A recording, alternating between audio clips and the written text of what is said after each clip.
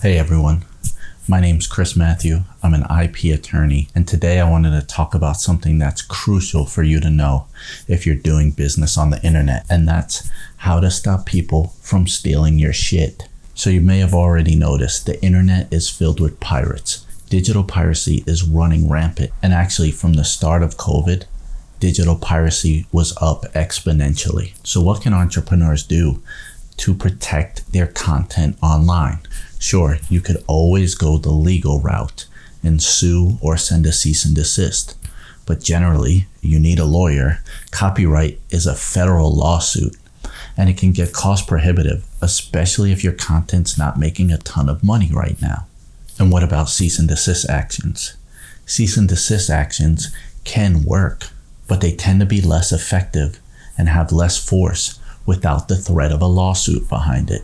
Now, when a lawyer sends a cease and desist letter, they're counting on the threat of that lawsuit stopping the infringement. But if the infringer doesn't believe you're going to sue, or just doesn't care, or is what we call judgment proof, meaning they don't have the money to pay even if they lose, then your cease and desist is going to fall flat. And as previously stated, lawsuits are expensive.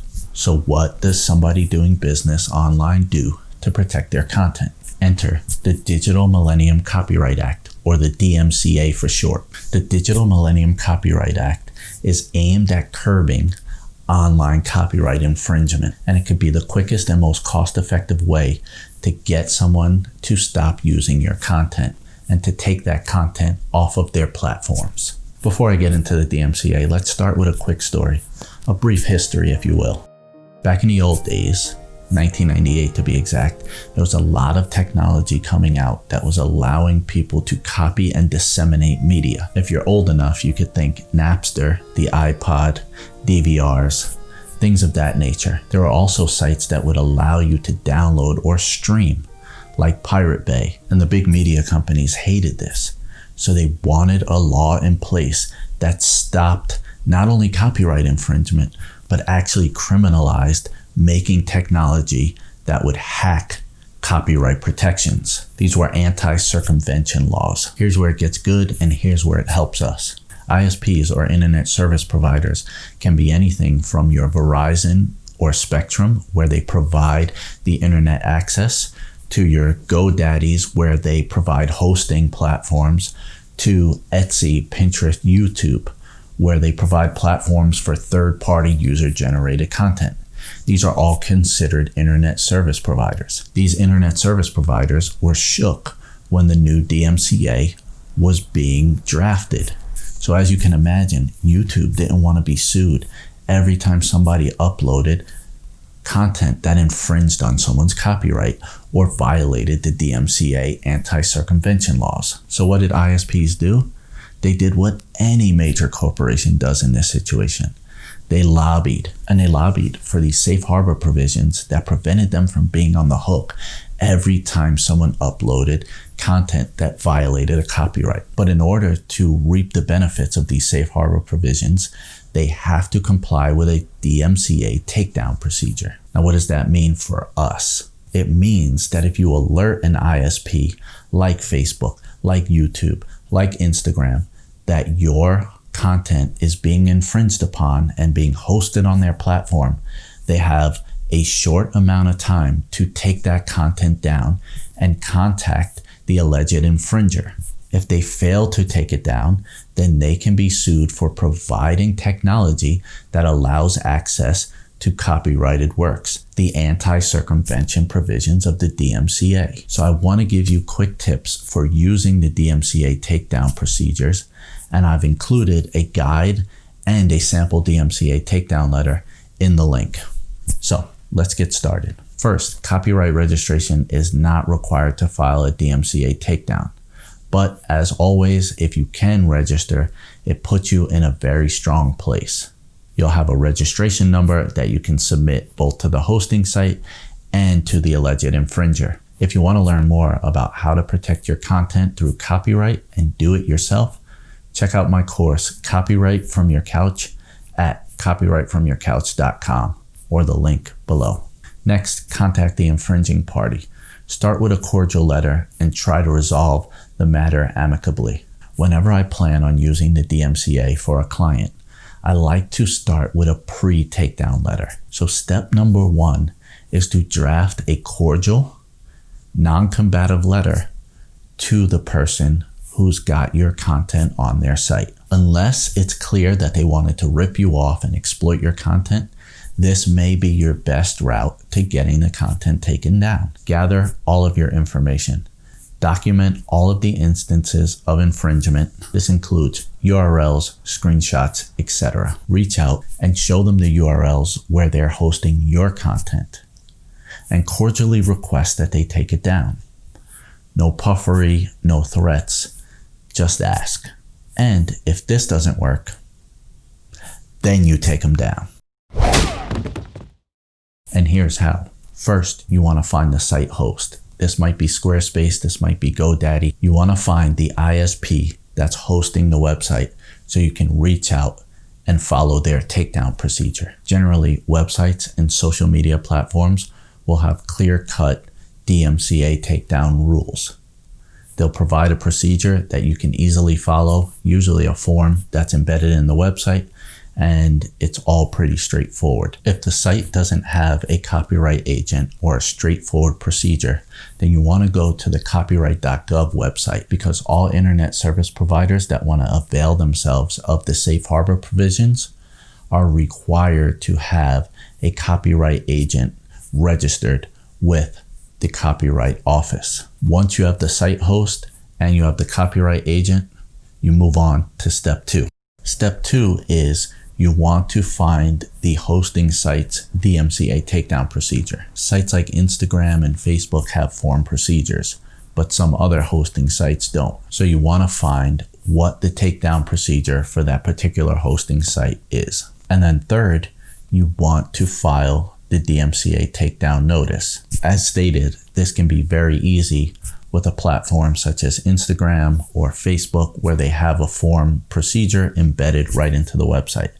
If they don't, then you need a properly drafted DMCA takedown notice. A proper DMCA takedown notice includes clear identification of the infringed upon work. This might be the title, the type of media, the URLs. Just make sure you clearly identify your content. Description of the infringing activity. Add links, URLs, screenshots, any correspondence between you and the infringer, especially if they incriminated themselves and admitted to taking your content. A good faith statement that you believe in truth that your rights have been infringed upon. Your contact information as the owner, or if you have a copyright agent or lawyer, their contact information. A certification under penalty of perjury that you in fact are authorized to file this DMCA takedown notice. That means either you own the content or you represent the owner. And last, a signature. You'll go ahead and file that with the hosting site's copyright agent. And if you don't hear back from them within 2 weeks and the content's not taken down, you can follow up or file a second notice. So now what? You filed your DMCA takedown notice. What's going to happen? Is the content going to magically disappear? Are they going to contact you? What's going to happen next? This can vary. Some sites will reach back out to you and let you know that they've received your form and that they're looking into it. Others you might never hear from. In order to avail themselves of the safe harbor provisions, they have to take that content off the site almost immediately.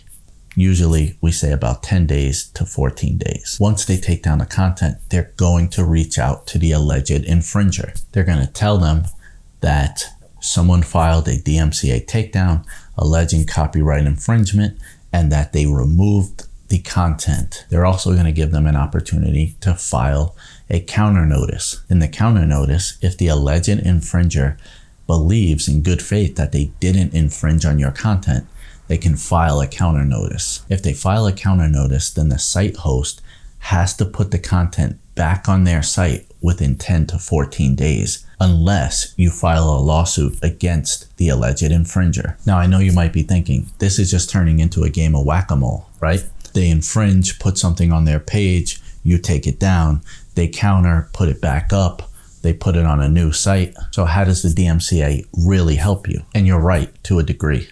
there is no real way to stop someone who really wants to keep posting your content. But there are a few reasons why. One, these counter notices aren't as common as you may think. And two, how an ISP can stop someone from repeatedly stealing your content. So first, the counter notice requires that the alleged infringer state in good faith that they believe they had rights to the work.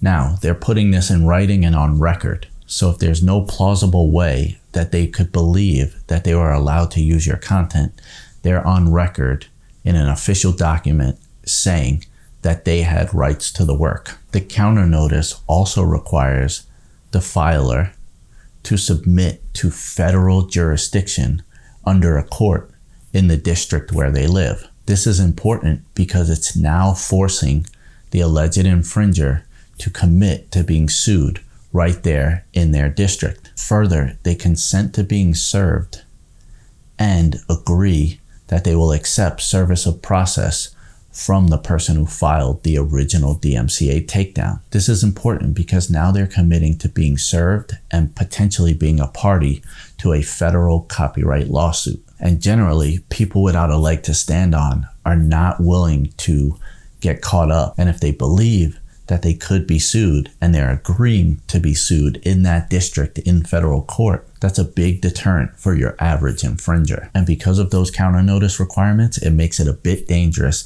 to file one if you don't have evidence that you had rights to the work. If you don't hear back within 2 weeks, follow up with the copyright agent or file the DMCA takedown notice again. If you still don't hear back from the hosting site and you plan on suing the infringer, then there's a good chance you can add the hosting site to the lawsuit. This is what makes the DMCA work for small businesses and entrepreneurs. I hope this was helpful. For more legal and business strategy, especially for purpose-driven entrepreneurs, follow along on Instagram at The Purpose Junkies, or subscribe and check out the course Copyright From Your Couch at copyrightfromyourcouch.com or thepurposejunkies.com. Thanks for hanging out, and as always, give until it hurts and then give a little more.